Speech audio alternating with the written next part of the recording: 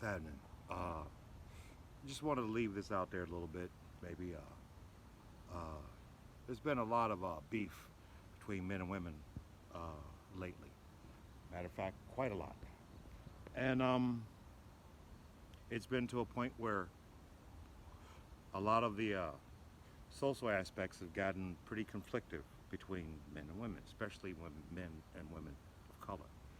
And I think one of the biggest things that I've got a problem with is not the mere fact that they don't all feel that they have a valid point, but that we as people of color can't at least first go back and actually identify exactly where all of this got twisted. Because Mr. Lyndon B. Johnson, the Welfare Act, and the act of, there's a couple other acts that happened through that whole thing of politics that happened from the late 50s to the early 70s. Did a number genetically on a lot of us, especially the welfare program, uh, a lot of the civil rights programs, and the rights for women.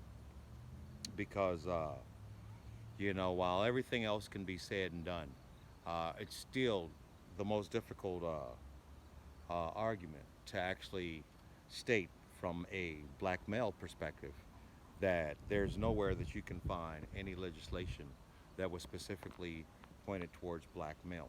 Now, that doesn't mean a hill of beans today because everything that every black woman has a problem with or complaint are more valid than most black men can tolerate just because most black men are not the particular ones that these people are talking about.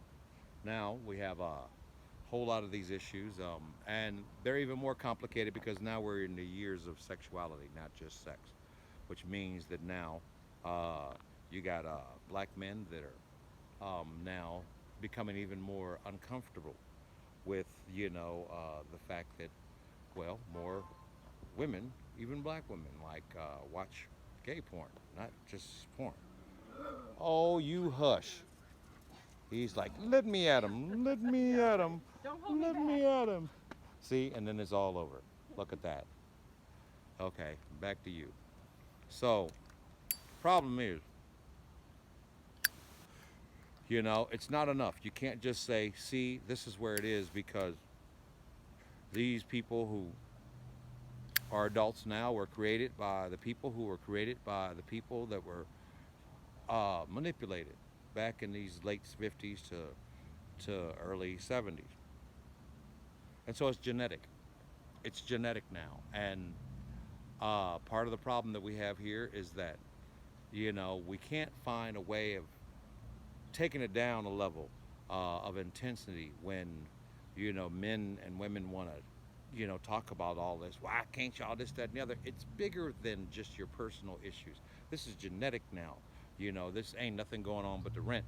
It's something genetic now for a lot of the younger, soon-to-be adults too, because we've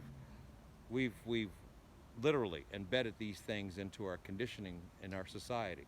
Uh, Prior to the early 1960s, blacks or people of color in America were the strongest community of people. They were the more conditioned of sorts. They had the highest population of stable families, and so that Vietnam War thing was one of those setups. But we're talking LBJ, we're talking Bushes, we're talking these dudes, we're talking Dixiecrats, we're talking things that change the fabric, the moral and psychological fabric of our being. And with that being said, I don't want to make this too long of a thing. I just wanted to put these things out here.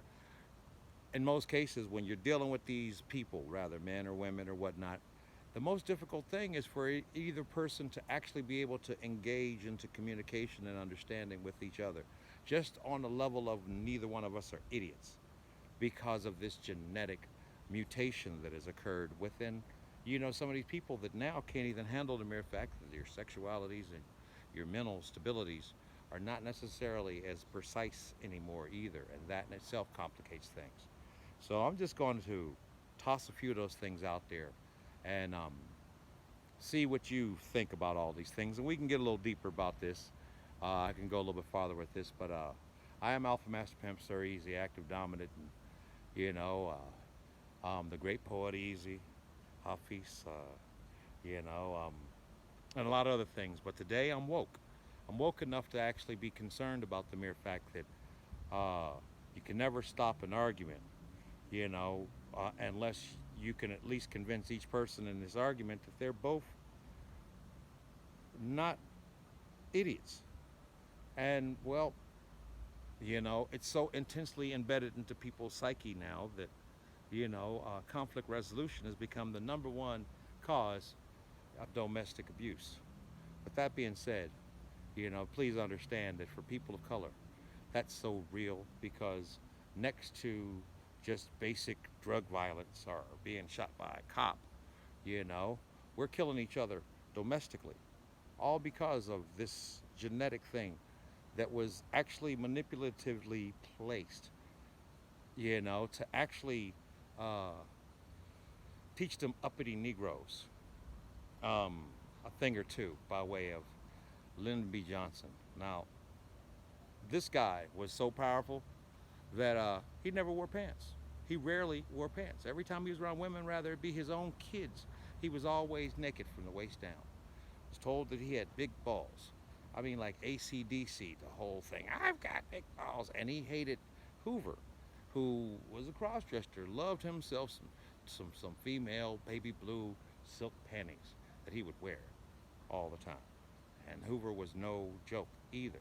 So with all these things being said, some of the most perverted people really did a number on people of color. And for that reason, we've got to really honestly snap back to this conflict of this instinct of conflict and just understand that we're all dealing with a retardation of sorts. And until we can actually realize that the only way we're going to fix anything for anybody is first we have to first identify the ability for us to recognize that ain't nobody no idiot, but being ignorant is not a bad thing. It's stupidity. It's a sin.